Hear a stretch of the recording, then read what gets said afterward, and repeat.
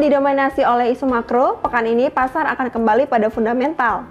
Smart Investor, seperti biasa, isu fundamental yang harus kita perhatikan dan bagaimana dampaknya ke pasar, kami akan bahas dalam video kali ini. Ya, terlebih dahulu jangan lupa klik tombol lonceng ini untuk mendapatkan info dan berita-berita terbaru dari channel kita, subscribe dan like share video ini. Ya, apa kabar Bang Nanang? Kabar baik, Ika. Ya, kemarin kan kita udah bahas SCB nih Pak. Nah, untuk pekan ini, untuk isu fundamental apa yang bisa diperhatikan Pak? Baik, Ika.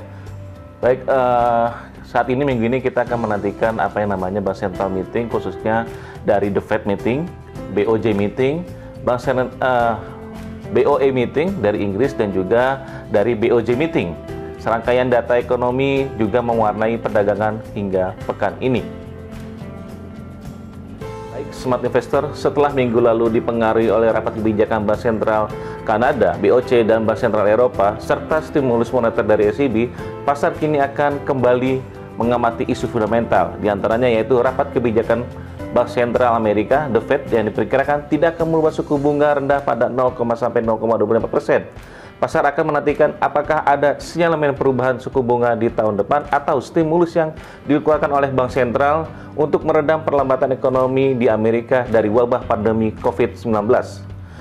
Tidak hanya The Fed yang akan melakukan pertemuan kebijakan minggu ini, SNB, BOE, dan BOJ akan melakukan rapat kebijakan membahas suku bunga acuan minggu ini.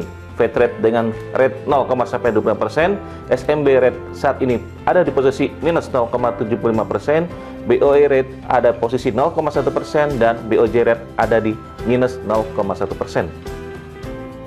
Selain fokus ke data rapat kebijakan Bank Sentral, investor juga pekan ini akan dipengaruhi oleh serangkaian data ekonomi, baik dari Amerika maupun non-Amerika. Untuk data Amerika, kemungkinan akan terfokus pada di hari Rabu, yaitu ada data retail sales Amerika yang diperkirakan turun mencapai 0,2% dari sebelumnya 0,3%. Tidak dulu kemungkinan ada data flash manufacturing PMI, flash service PMI, business investors maupun juga NHB housing market. Di hari Kamis, data mingguan, initial jobs claim, dan juga data Philadelphia Fed Manufacturing Index. Estimasi yang ada beragam, paling tidak di sini kita melihat bahwa serangkaian data ekonomi Amerika bisa mempengaruhi pergerakan dolar dalam pekan ini. Selanjutnya, data dari non-Amerika, yaitu di hari Selasa. Fokus besok pagi ada data China Industrial Production dan juga China Retail Sales. Diperkirakan itu akan mengalami hasil yang positif dan kemungkinan besar bisa berimbas kepada pergerakan saham di Asia. Di hari Rabu, data Jerman Flash Manufacturing, Jerman Flash Service PMI, begitu juga Eurozone Flash Manufacturing dan Eurozone Flash Service PMI diperkirakan akan mengalami hasil yang negatif dan imbasnya terhadap pergerakan euro yang akan bergerak melemah. Di hari yang sama, yaitu hari Rabu, Inggris akan juga merilis data Flash Manufacturing PMI dan juga Inggris Flash Service PMI yang diperkirakan mengalami angka yang variatif. Di hari Kamis pagi jangan lupa kita menyaksikan rilisan data dari Australia, yaitu Employment Change yang diperkirakan hanya tumbuh 80 dari sebelumnya 178.000. Angka yang cukup tidak baik untuk Australia. Begitu juga dari tingkat unemployment rate yang diperkirakan stabil pada angka 7,0%. Ya, lalu untuk pengaruh untuk ke pasar apa nih Pak? Baik, selain rapat kebijakan Bank Sentral utama dunia, pasar juga akan disuguhkan sentimen dari Brexit yang sampai kini belum menemukan titik terang mengenai kesepakatan bersama. Diharapkan adanya kesepakatan antara Uni Eropa dan Inggris. Bila ini terjadi, maka pergerakan GBP USD akan mengalami penguatan atau sebaliknya. Stimulus moneter memberikan angin segar bagi pergerakan pasar saham. Rebound indeks Dow Jones diperkirakan akan menembus 30.300-nya karena kenaikan membuat indeks Dow Jones ke area 3.300 sampai dengan 31.000. Begitu juga dengan indeks Asia seperti Nikkei pada kisaran 26.500 sampai dengan 26.700, sedangkan indeks Kospi berada di 360.00 sampai dengan 380.00. Sementara indeks Hang Seng akan rentan di kisaran 25.500 sampai dengan 28.000. Ya, lalu untuk aset-aset apa yang bisa diperhatikan, Pak? Baik, Kak. Untuk Euro USD masih terjebak dalam kisaran 1.20700 sampai dengan 1.21700.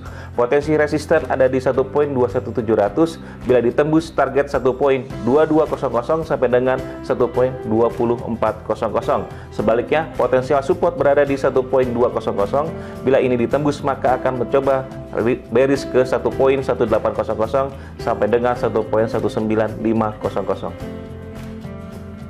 Baik, peluang aset berikutnya adalah GBP USD. Rebound hadapi resisten 1.33528 untuk jangka pendeknya.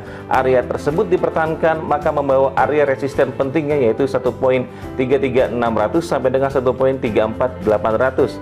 Sebaliknya, koreksi area berada di bawah 1.3300 karena ini akan membuat GBP USD ke area 1.3100 sampai dengan 1.32500. Potensi lainnya, XAU USD, emas masih terjebak dalam range 1826 sampai dengan 1850. Potensi rebound bila bertahan di atas 1850 karena ini akan membuat XAU menuju kembali area 1860 sampai dengan 1900.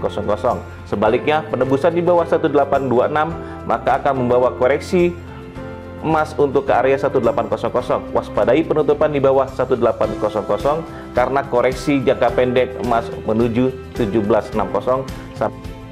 Ya, terima kasih atas penjelasannya Pak Nanang. Sama-sama Ika.